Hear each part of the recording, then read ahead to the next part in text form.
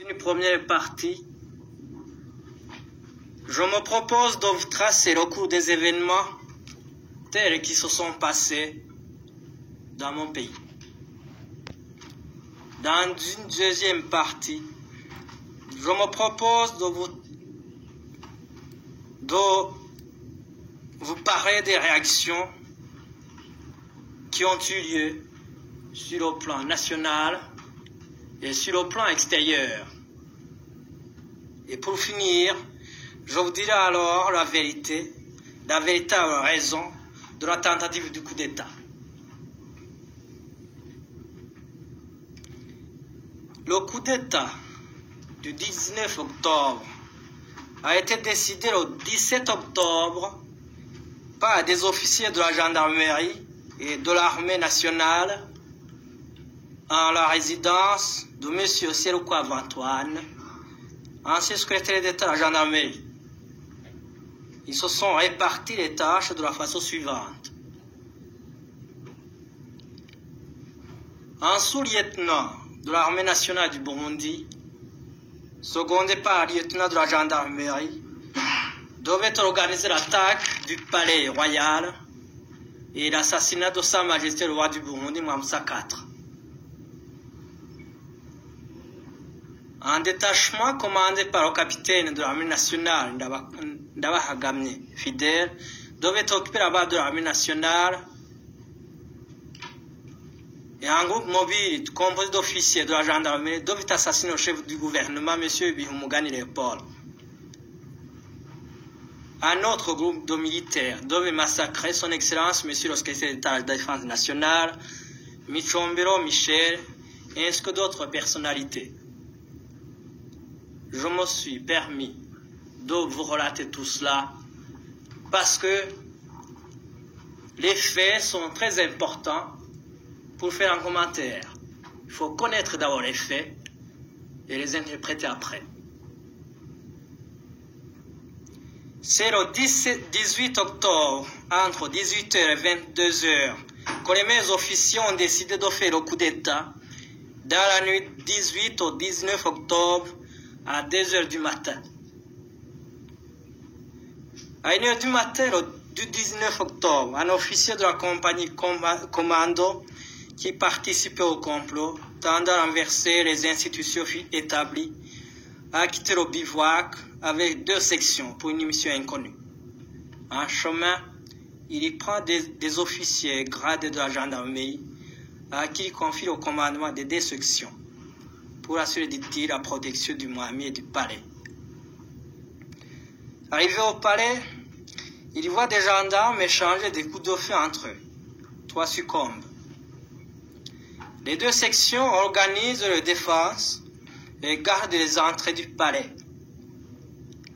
Un autre groupe de militaires pénètre dans l'enceinte du palais, retire du magasin d'armement toutes les armes et munitions, ne sachant pas la destination de ces armes.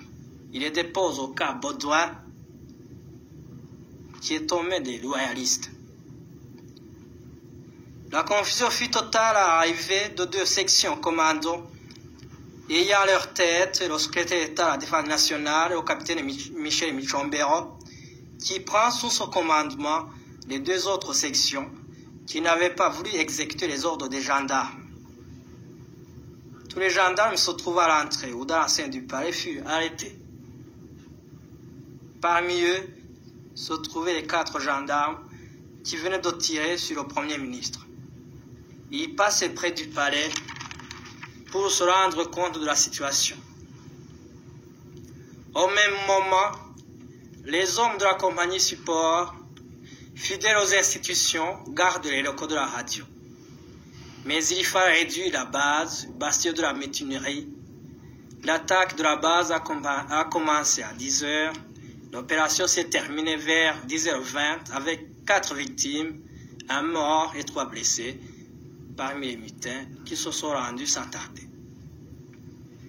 Mais avant de se rendre, ils avaient conduit 12 militaires loyalistes dans les cachots de la base pour les assassiner d'une façon ignoble. Après l'opération, la situation militaire devint normale et l'armée fut maître de toute la situation. Les mesures prises pour parer au danger. Le même jour, le chef de l'État décrète le régime militaire et d'exception sur tout le territoire national. Il révoque le secrétaire d'État de la gendarmerie invisible toute la journée. Il adresse un message à la nation dans lequel il invite tous les citoyens à garder le calme. Il ordonne aux gendarmes de regagner leur camp et demande aux forces armées de maintenir l'ordre. Malheureusement, cet appel n'a pas été suivi par les instigateurs du coup d'État, puisque le lendemain, des civils ont ordonné les massacres et les incendies à Muramvya. Ces émeutiers, à qui l'on avait promis monts et merveilles, armés de machettes et de lances, attaquaient, brûlaient et décimaient les Tutsis et leurs maisons. Le 20 octobre, le roi donne un arrêté-loi déterminant les règles applicables dans le pays durant le régime militaire et d'exception. Cette loi permet au parquet d'appréhender n'importe quel suspect. Les privilèges de juridiction et d'immunité étaient suspendus. C'est grâce à l'interrogatoire sommaire des mutins que l'on a découvert les instigateurs. On procède alors aux arrestations des civils, dont les plus importants sont Bamina, Karibwami, Ndimanya, Emile Buchumi, Mirekano, Mayondo, Burarame, Nibirantiza Nyangoma.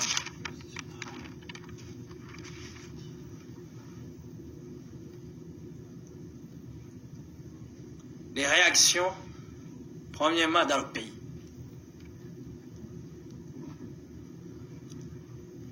Toute la population est derrière le chef de l'État après le message royal. Et elle s'organise pour barrer la route aux criminels qui tentent de s'enfuir. C'est la population qui a arrêté Nyangoma Gervais et Nimbirantiza qui était le président du Parti du Peuple. Spontanément, ils se transforment en membres de la sûreté. Ce sont les Hutus qui ont dénoncé la plupart des comploteurs. C'est grâce à eux que nous avons pu constituer les dossiers des condamnés à mort. Ce qui prouve encore la popularité du Mwami, c'est le slogan dont les criminels se sont servis pour organiser les incendies.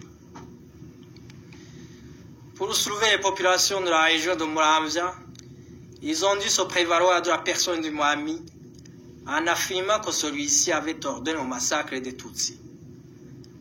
Certains gendarmes dépêchés à Muramvya ont été tués parce que la population avait entendu à la radio que les gendarmes avaient assiégé le palais royal.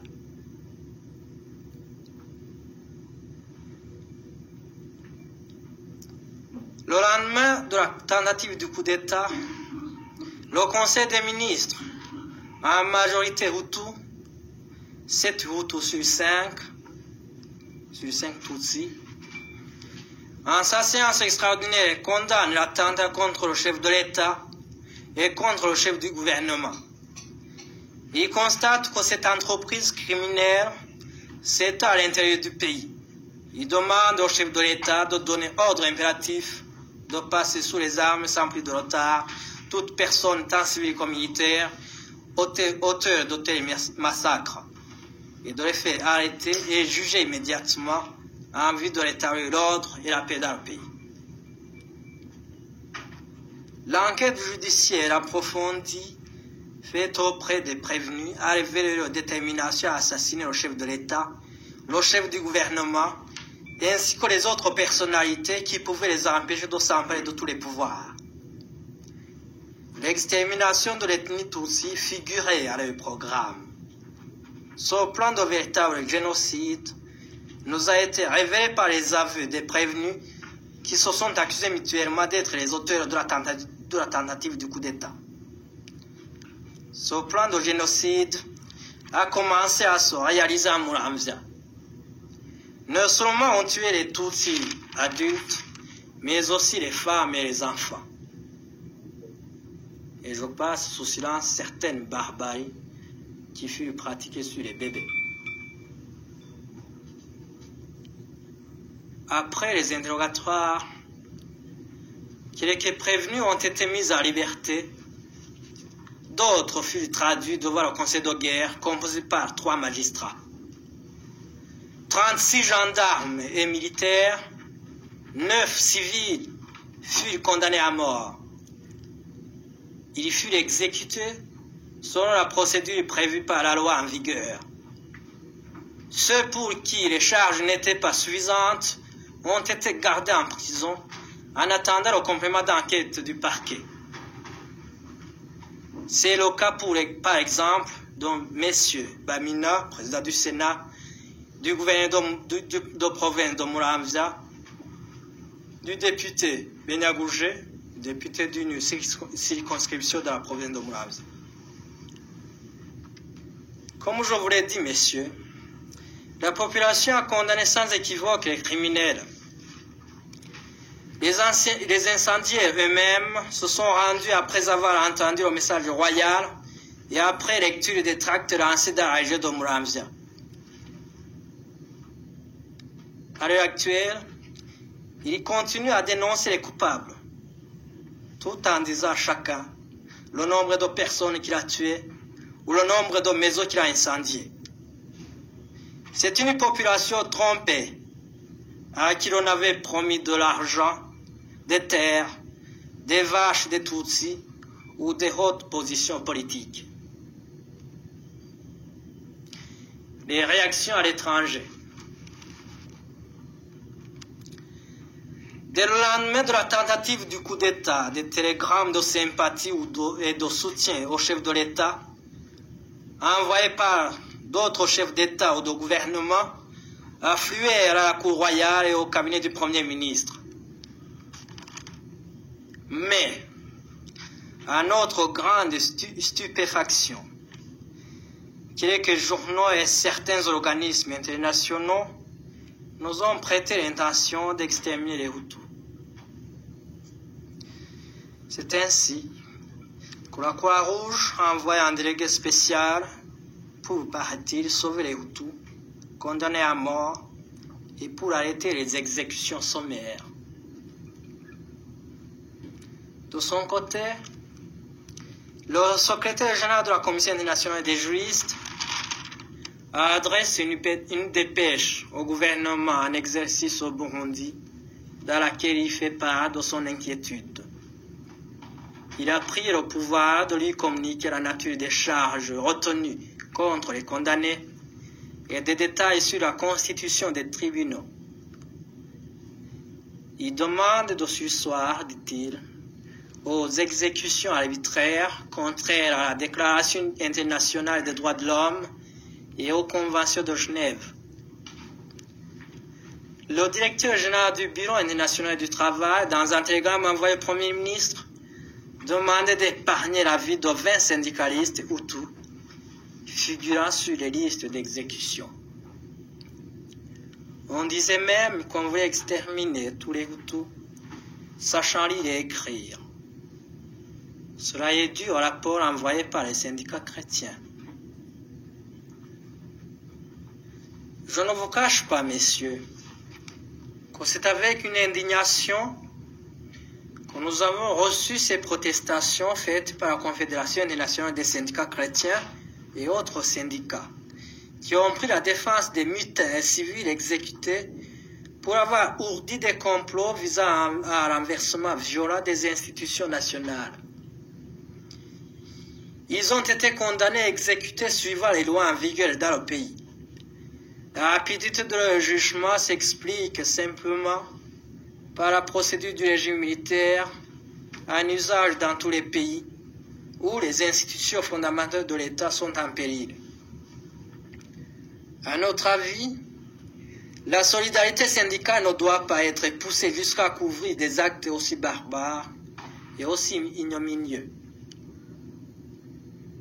Dans tous les cas, jusqu'à présent, il n'y a que 2 syndicalistes qui ont été arrêtés, condamnés et exécutés parce qu'ils étaient les auteurs de plusieurs centaines de massacres d'innocents et d'incendies de maisons. Nous défions quiconque de découvrir dans leurs activités une seule forme d'activité syndicale, comme par exemple les revendications de hausse de salaire, la lutte pour les libertés syndicales ou la politique de plein emploi. En tout cas, les massacres de Muramvya ne nous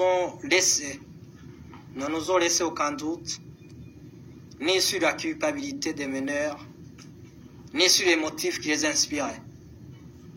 Aucun n'a été inquiété, je le répète, et ne le sera pour ces activités syndicales. Quant à la violation de la Déclaration universelle des droits de l'homme et aux conventions de Genève, je crois que le Burundi a respecté ses engagements, puisque les droits des prévenus ont été respectés, leur défense, la satisfaction de leur dernière volonté. En effet, celui qui a voulu voir, par exemple, un prêtre a pu le faire. Le jugement est devenu définitif. Il devait être exécuté. En quoi, messieurs, avons-nous violé la Déclaration universelle des droits de l'homme? Je ne serai pas complet si je n'examine pas le problème Hutu-Tutsi. On a souvent parlé de l'exploitation des Bahutu par les Batutsi. Qu'en est-il exactement? Il est exact de dire qu'il existe deux principales ethnies, les Bahutu et les Batutsi. Mais ces deux races se sont approchées par des liens matrimoniaux. J'en prendrai pour preuve les conjoints des personnes qui ont été exécutées ou qui sont encore en prison et qui sont des Hutus. La veuve de Paul Milekano, c'est une Tutsi. Il était premier vice-président de l'Assemblée nationale. C'est de l'ancien ministre de l'économie, M. Pierre Bourarame, c'est une Tutsi. C'est de l'ancien ou du président du Sénat, M. Bamina, c'est une Tutsi. De Miburu, gouverneur de province de Muramvya, également. De Nyakazina, etc., etc. Sur le plan politique, ils assument de grandes responsabilités telles que les fonctions ministérielles et administratives. À titre d'exemple, M. Pierre Bourarame était ministre de l'économie.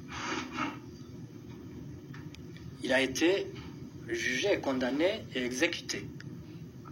Condamné et exécuté, je m'excuse.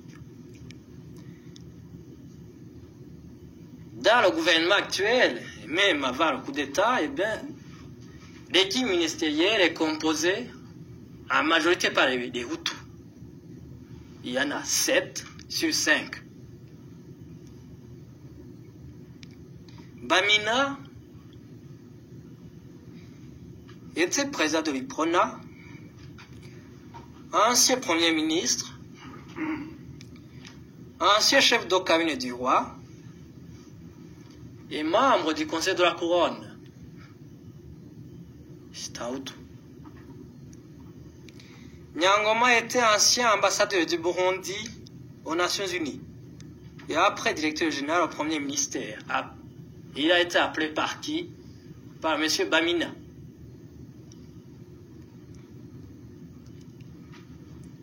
Qui mettra en doute alors la confiance que le roi avait placée en Bamina, en Buchumi et Benyagougé, puisqu'il les a nommés membres du Conseil de la Couronne.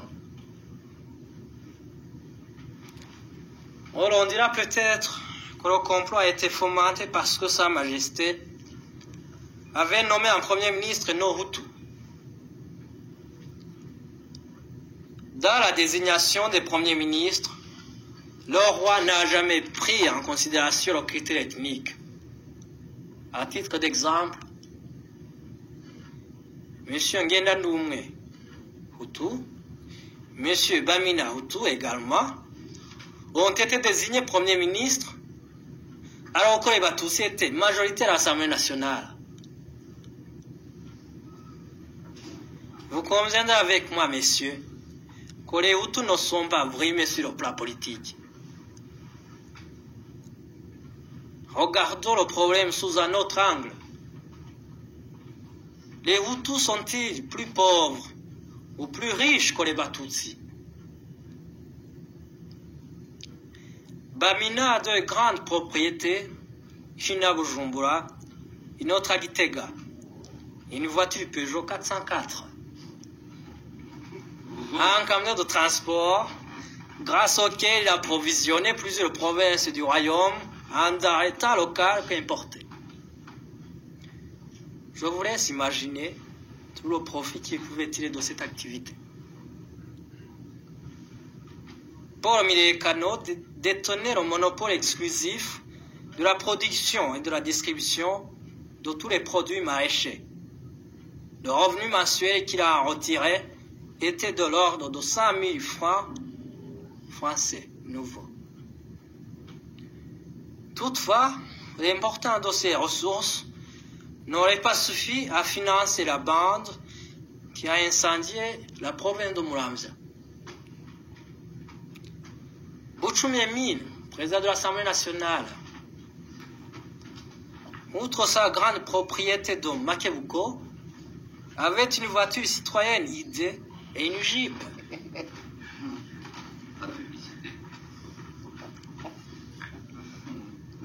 Bourarame, ancien ministre de l'économie, avait plusieurs magasins. Il était associé d'au moins 4 sociétés et il avait pour ses loisirs une Citroën ID. Nyangoma, quant à lui, n'avait que la modeste somme de $3 000 USA au moment de son arrestation. Ces exemples sont assez convaincants pour ne pas affirmer qu'ils ont été exploités. Ce qui est vrai, il y a des Batutsi riches et des Bahutu riches, comme il y a des Bahutu pauvres et des Batutsi pauvres.